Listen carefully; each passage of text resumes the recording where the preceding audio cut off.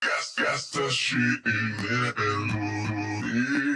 From the 757 to the 713, where you know we stay whipping through the streets. Some will call it swinging bang, some will call it slow ride. I just call it cruising to the beat. It's the Cruising Podcast. Cruising to the beat. It's the Cruising Podcast. Cruising to the.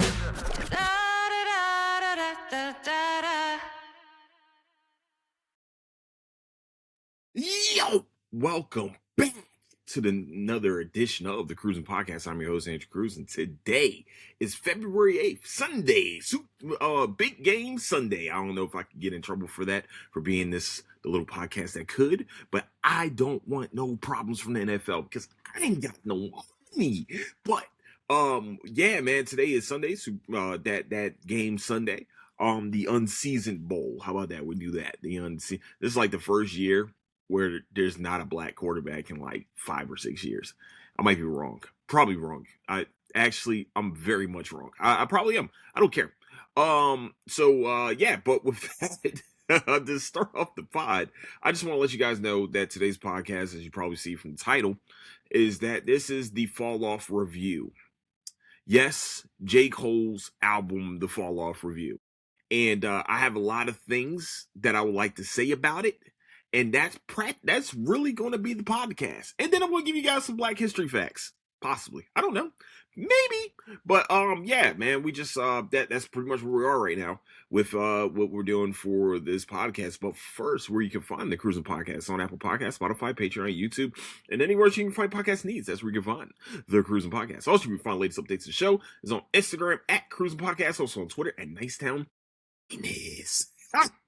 Let's get it.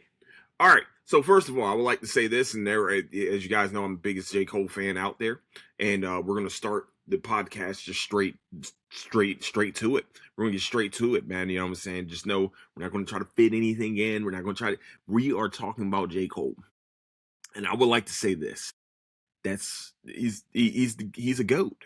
You know, like I don't understand why we just not why this is not spoken more. I'm gonna say the loud part. He's the GOAT. And that's why he's the GOAT. Yo, he literally made The Fall Off a masterpiece. The whole album is no skips. What are you skipping? Tell me what song you're skipping. Tell me. Well, I don't do, so I used to do one listen reviews. I don't do those no more because for me, it's like, I can't just listen to something one time. I listened to that whole album in the gym, on a treadmill, and also inside of a sauna, and inside my car. It passed the car test, it passed the sauna test, it passed the treadmill, it passed every test that you can think of, and then more. It is the test. Now it is the test. You wanna know what the test is? If you don't have the same enthusiasm that I have for The Fall Off, we can't be friends. You've lost me as a friend. Our friendship is null and void. I don't care how long I've known you.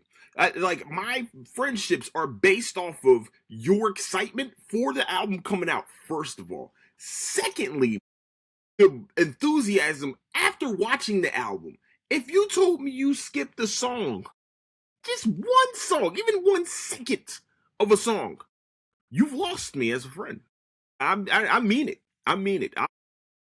I will unfollow you and block you. Like, I have no problem doing it. Yes, that is the scope of my friendships now. There's a scale. Yes, there's a line, and that was it. You know, if there's no enthusiasm whatsoever, and I'm talking about positive enthusiasm, you lost me as a friend. This is pretty much where I'm at with it. So yeah, that's how great The Fall Off was. And here's and also I would like to do another unpopular opinion. Now, he said on one of his songs, The Fall Off's like Hove doing Reasonable Doubt last. And I'm going to say this. So, the Black Album was supposed to be Jay-Z's last album. I think, and this is probably unpopular, and I'm okay with this. I truthfully don't care. I really think that the Black Album was 10 times better, and I mean this with my full chest, was 10 times, not 10 times, was a couple times better than Reasonable Doubt. And that's when we thought that was Jay-Z's last album. Now, this is supposed to be J. Cole's final album. I don't think musicians ever retire, but he might. I think that the retirement is that he's not signed under a record deal anymore or under a record label. He probably is going to be fully independent after this album. That's what I think this is. Possibly. I don't know his contract. All I know is I bought the CD, and Interscope is the one that sent me an email about the CD and then started sending me other artists that are under Interscope's label. And I have no I don't care I don't care. Why would I care about any other artist except for J. Cole? Like that, what are we doing here? You know what I'm saying? What are we doing here? So if there's some songs you have not listened, if there's some songs, I'll give you guys, if you are a new J. Cole fan and you haven't listened to any of his music, I do have a Patreon that actually gives you a top 10 of my favorite songs from J. Cole. I feel like a good introductory presentation of J. Cole. But if you have not listened, if you are starting with the fall off, I would like to help you out. Give you a couple songs that maybe you will like. And maybe it will help you, I don't know, find the enthusiasm to make sure that we still are friends at the end of this. So I'm going to start off with 2-6, the first song after the intro, after the 29 intro. Yeah.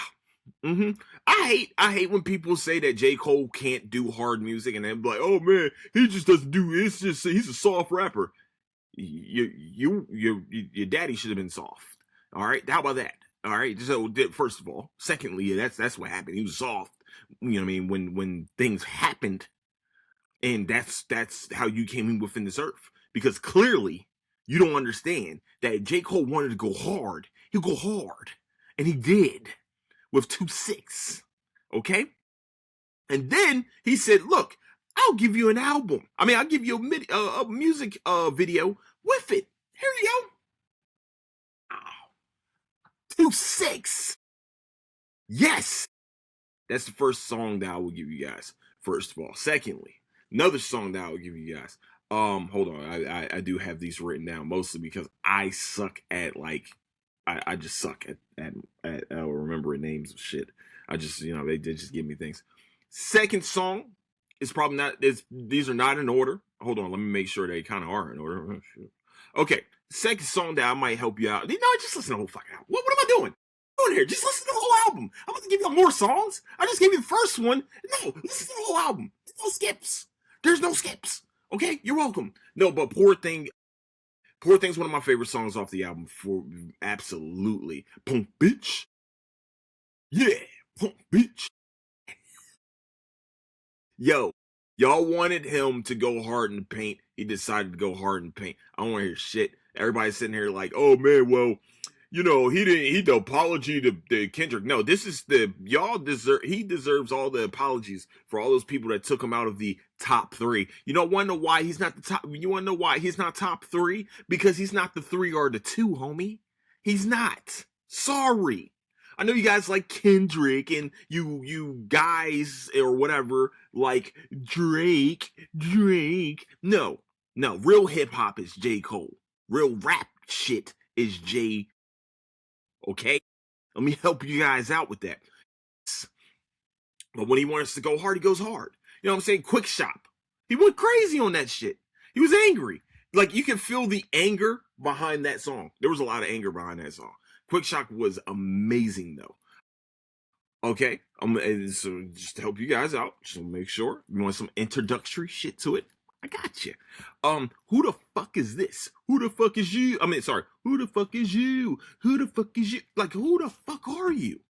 You know what I'm saying? I read somewhere that the second verse was like he was emulating M. Apparently Eminem was one of his influences.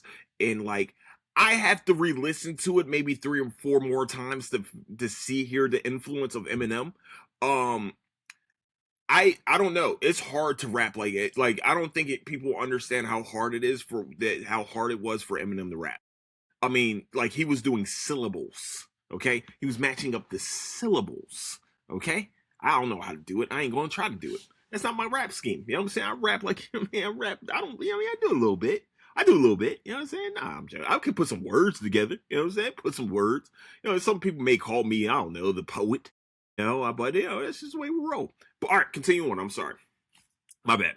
Yes, but who the fuck is you? Definitely one of those songs that it has a banging bass and beat to it, and then also he just rides the fucking beat. It's just crazy as fuck. The next one is the Let Out. Now this is a little bit slower. This song has been stuck in my head though more than any other song from the album. Can we survive the let out? Can we survive? Like this song has been stuck. That has been stuck in my head for the past 3 days. Okay, I think it's been 3 days since the album came out. Yeah, Friday, Saturday. So yeah. So the song has been stuck in my head. You know what I'm saying? It's really it's just his storytelling. And that's what I think that's that northern influence too, because what's great about him going to New York is that a lot of New York rap, and I made New York rap and up north rap. I say this, are great storytellers. They know how to put something like Nas. Nas is an amazing storyteller. I will have to say, as much people don't like Jay-Z, he's a really good storyteller. Of course, Big L. His influences, you can hear the influences in J. Cole's rap style. Especially, and like I said, they did say he kind of emulates M sometimes. M, another great storyteller. He could put a story together. You know what I'm saying? So if that was his influences, especially Nas. Nas, of course, is one of his biggest influences. His storytelling is going to be fucking amazing. I think that with Let Out, he did an amazing job with this. But I don't think it's the best job of his storytelling throughout this whole album. I got that for you. Sorry. Damn. I'm very excited about this. Drum and Bass, great song. The Let Out, and then of course probably one of his better storytelling was the Fall Off, the song, the second song on the second disc. I want to say this: the storytelling. Look, listen. We saw Nas make himself into a gun. That's a Nas influence. Like he rapped about being a gun. Also, Nas rapped backwards too. He just put it out there. Nas did do this before. And so Cole doing the same thing, but with his life. Like from the grave to going back into the womb and also becoming a spirit and not being part. And then that's like and then the rest of it. You know what I'm saying? He does this it has a formula to it. He does it just amazingly, and the way he explains everything. You know what I'm saying? His son's carrying him to the hearse, him winning rap verse of the year. It's shit like that. It taking the ring off his wife and seeing the bad chick in the club, like everything. Going back to when he first got, like, going backwards in life. That has to be a difficult way to like tell a story from backwards. That shit is crazy. And he was able to do it because he's J fucking Cole. Okay? How much Jermaine Lamar Cole. Okay? Y'all remember that. Okay? Just remember that. Okay. And then so y'all can clearly tell what type of rap music I like. I like to hear a story being told. I like a good rhyme scheme, but I think my top thing is a story being told. If you are a great storyteller, you have me. I'm your fan at that point. Of course, like I said, Meek Mill, Nas, all of them, man. They knew how to tell a story, formulate the story, and then deliver the story. You know what I'm saying? I know you guys probably like he just said the same thing twice. There's a different type of delivery between every story. Like telling a story is using the words to your advantage, and delivering it is with what type of voice you're using, what type of calmness you're using, what type of energy you're bringing to the story. And most of his music right now, especially J. Cole, like I said, has been very calm, This one feels like it was a lot more personal. Some of the songs you could just feel the anger coming out of them. You know what I mean? This album is 10 years in the making, and it delivered for 10 fucking years. Somebody was like, yeah, man, this joint doesn't have any hits on it. Where the fuck are you? J. Cole, here's the deal. As it always has been, he's even explained this shit. So let me help you out. When he started out, yes, he did not have any hits that commercial hits. And that's just not the way he rolls. It's just not his deal. I never understood. That's the problem with rap today, is that everybody needs to have this glitz and glamour and shit like that. That's just not the way he raps. You know what I'm saying? He still gets love. That's the crazy part. He didn't never had to sell himself to be this great being. You know what I'm saying? Everyone's talking about the fall off. You know what I'm saying? It's crazy to me. But I'm going to say this. The best storytelling that J. Cole did throughout this, hold on. The best storytelling that J. Cole has done throughout this whole entire album, is What If. The man rapped in Biggie's voice and also in Pac's voice in this song.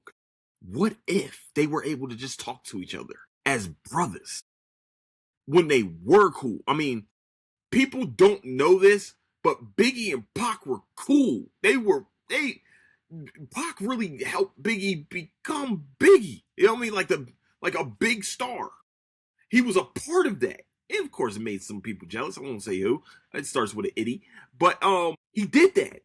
And he even said throughout the rhymes, like, man, I let people get to me. You know what I mean? I let these people around me get to me. Evil shit. Like, the storytelling behind that is amazing. A fake story. You know what I'm saying? But with real events going on. You know what I mean? All, you know, Pac going to Vegas, you know, Biggie going out west. He talking about, you know, Pac was like, man, I ain't going to Vegas. I want to go to New York just so I can talk to my nigga. Like, that shit right there was like heart-wrenching. That was amazing. That What If, I have to say, is the best song in this whole album. It's the best one. It is. I'm sorry, it's the best song. Period. Period and end. That is the best song on the whole album. I know everybody's gonna go for the harder beats and stuff like that, like like I said, drum and bass, 2-6 and all that. But like I told you, like, I love the storytelling. I love how the story was brought to me. And he said it in a voice, kind of. You know what I mean? Like, you can hear it. You can hear Pac rapping those rhymes if you really want to look for it. You can hear Biggie rapping his rhymes. Oh, okay. Rapping his lines, his verse. And so I'm just sitting here like, yeah, this shit goes hard. This is definitely the best song out of the whole album. I will listen to this forever. This is part of the list. So if y'all ask me, if I'm being honest, what is the rating for the J. Cole Fall Off album, possibly his final album? I would like to say that is a 10,000 out of 10. And you can't stop me from thinking anything different, because that's what it is. It's the greatest album of all time. It might need to be put into the Louvre. You know what I'm saying? Maybe they won't steal this. Sorry, they might not steal this, but they will be like, this is what a masterpiece looks like. Okay? I mean, like, that we're going to put them next to Picasso's Starry Night. We're going to put it right next to that. Maybe on top of it, because it's just that much better, and y'all should be looking up to the Fall Off and not looking down. You need to be looking up on it, okay? We're going to put it in every major fucking art museum or museum, period. The Rock and Roll Hall of Fame should already have inducted it. I mean, it's kind of already like late for them to like have my approval of it, but like they need to like induct this into the Hall of Fame now. Like, they're too late. Like, before the album came out was too late for them to induct this into the Rock and Roll Hall of Fame, or into Hip Hop Hall of Fame. We should put it in the Black History museums for it to be taught to kids for later years. I feel like schools should probably teach how the fall off is formulated now. Like I would definitely send this to every public school and make sure that they read it. Like the book of J. Cole is like that's the thing. This should be taught in school. I have to say that. Not just colleges, but high school, middle, and elementary. Hell, even preschool kids should probably be taught about this J. Cole album from the fall off. That's just where I'm at with it. That's just my opinion, but I'm sure I'm not in the minority in this. I feel like educational systems would skyrocket if this album is played, I don't know, during the morning introductions. I don't know. Right after, how about this? I'll say maybe right after the Pledge of Allegiance, maybe play 2-6 after the Pledge of Allegiance, maybe play a song from the album each day after the Pledge of Allegiance. Oh, actually, and we'll let the prayer be in the middle. So yes, so to kind of like sandwich it in, just play a song in there, and just allow the kids to be immersed in greatness, like to start the fucking day. You know what I'm saying? Just say it like that. Yeah, it's just a suggestion. You don't have to follow it, but I feel like you should, like, to help out. I just, that's what I'm here for. I'm just here to help out, make sure that everybody sees that, like, yo, this is a masterpiece. This, like, art history classes should, like, stop everything they're doing right now and start teaching this album. Actually, fuck that. You need to start teaching the whole discography of J. Cole, including the mixtapes. That's where I'm at with it. If that's real, if we're going to be honest, that's where I'm at with it. I don't know where you guys are. That's where Andrew Cruz is, though. So if you have any questions about what I'm saying, that's where I'm at, and so I'm trying to help you guys out. I just want to help out everyone to make sure that they know that, this is a masterpiece that needs to be taught. So, fuck. Oh, okay. And so, yeah, that's pretty much where we're at with it. Yes, if I'm rating the album 9,000,000 out of 10, like that's just where we're at with it. It really is. It is a 10 out of 10 album. I don't see any. If anybody tells me it's a 9, they deserve to be thrown into the fucking gully with an alligator biting at their heels. I don't give a shit. That's just where I'm at with it. There's no 9s in this shit, and somebody put 9.2, and it infuriated me. I was very angry. I'm not gonna lie. What song do you skip? Just let me know. Let me know in the comments, what song did you skip on the fall off? Because if you let me know in the comments, you will, and I mean this, you will be tarred and feathered. I feel like we need to bring that back. I feel like if this one thing with this administration probably could and want to bring back is tar and feathering, because I that's the only punishment that's less than death that I can give you. And yeah, that's where we're at. Yeah, I'm not threatening violence, but I am threatening ending of friendships. That's just where we're at with it, and that's just how I feel. So, since it's Black History Month, we're gonna do a Black History fact of the day. It's due to it being the big game today, so I'd rather just do some big game stuff. I know I keep doing sports ones, and so this one's gonna be a sports one. So yeah, did you know that the Philadelphia Eagles have the most starts from black quarterbacks, and it's not even close, and it's over 400 games, over 400 something games. The rest of the NFL combined, I think, doesn't have over 400 games with a starting black quarterback. Did you know that? Did you know? What's crazy? That fact just came up from nowhere. I used to drive Uber. This is a story. It's a crazy story. So I used to drive Uber, and one of the guys I was driving, he saw that I had an Eagle sticker in the back, and he was like, "Man, I'm from New Orleans." You know what I'm saying? I was like, "Oh man, that's what's up, man. You mean the Saints and stuff like that?" He said, "To tell you the truth, if you go to New Orleans, it is the Saints, but there's a lot of Eagles fans out there." He said, "There's a lot of Eagles fans." I said, "Really? Really?" I said, "Why?" He said, "What we call, they the black team." I said, the black team? I said, everybody got black players. Let's see what you're talking about. They said they always have a black quarterback.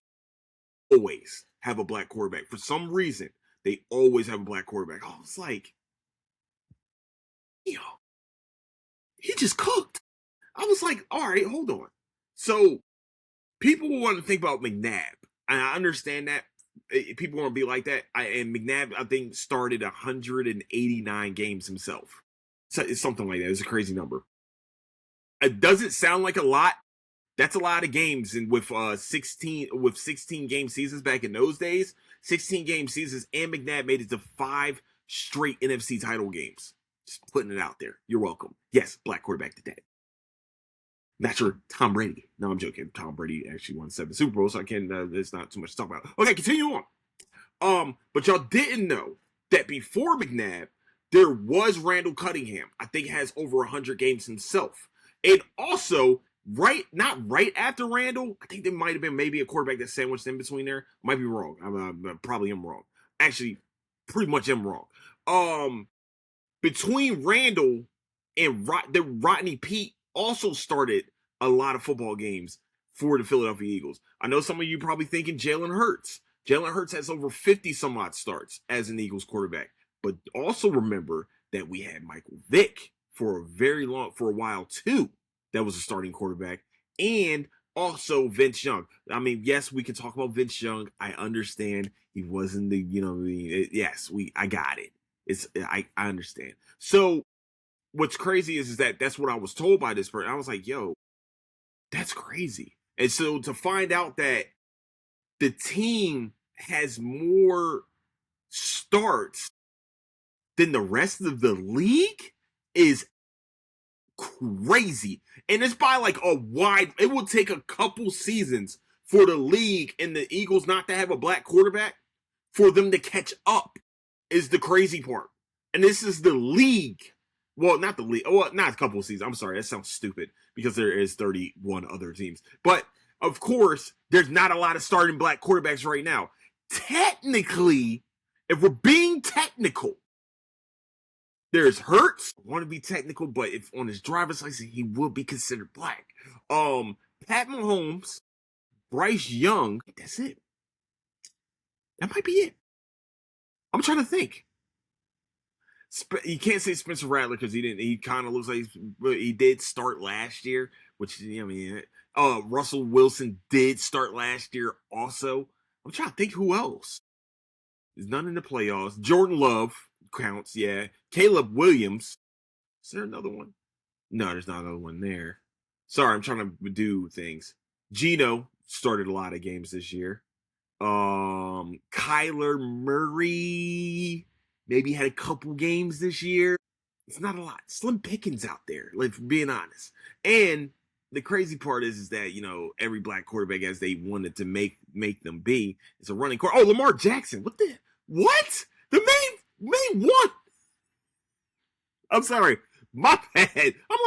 I'm missing someone. Lamar Jackson. I'm sorry. My bad, Lamar.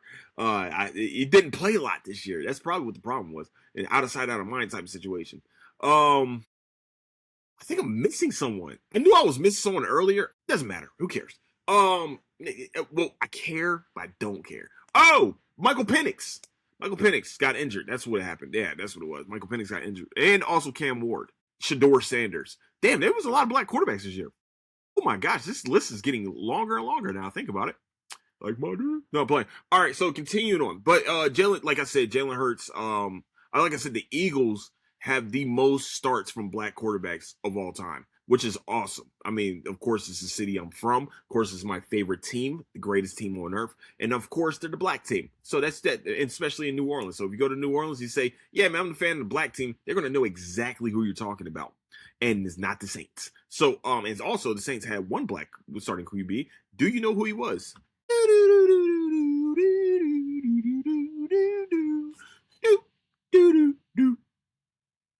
The one black starting quarterback for the Saints, just because I wanted to do this, is Aaron Brooks. Yep. I think there's teams still that have not had a starting black quarterback on their teams. We'll have to go back in history to figure that out. But CJ Stroud. I knew there was another one. I knew it. I knew I was missing someone. I knew it. I would have said Anthony Richardson, but he didn't play this year. Yeah. Yeah, it's pretty much, that was pod for today. That was Black History Fact of the Day. Philadelphia Eagles have the most starts from black quarterbacks. And you're welcome. And now you know. Yeah. Makes sense because it's just birth of the nation and just all the rest of that cool stuff. So it is what it is. I mean, because people forget that the Declaration of Independence was signed in the in Independence Hall in Philadelphia, because Philadelphia was the first capital of the United States. But hey, man, you know what? That's just history lessons that I don't want to give you guys right now. Of course, black man was the first one to die for the United States. But hey, no, around the world is coming back. Hopefully tonight. I don't know if my voice is going to be here or not. But I would like to say this, man. I'd like to say thank you guys so much for listening to Cruising Podcast. I hope you guys, and I hope y'all enjoy the J. Cole album, man. I think if you're a real hip hop fan, you will understand how great of an album that actually is. It's a masterpiece. It's a masterclass in rapping. I really, really, really think so. I'm a big rap connoisseur. I'm a music connoisseur. I'm an audiophile. Like, I would definitely shout from the mountaintops how much of a fan I am of J. Cole and why I think this album is the best. So, with that, I would like to say where you can find the Cruising Podcast is on Apple Podcasts, Spotify, Patreon, YouTube, and anywhere you can find your podcast needs. That's where you can find the Cruising Podcast. Also, you can find latest updates to the show is on Instagram at Cruising Podcast, also on Twitter and Nicetown Fitness. And with that, I like to say I love all you so much. Don't do anything I would do. Stay safe out there. Hey, stay safe out there. I know you guys are going to be out drinking and doing all the rest of that cool shit for the big game. Please stay safe. That's all I ask. Get home safely.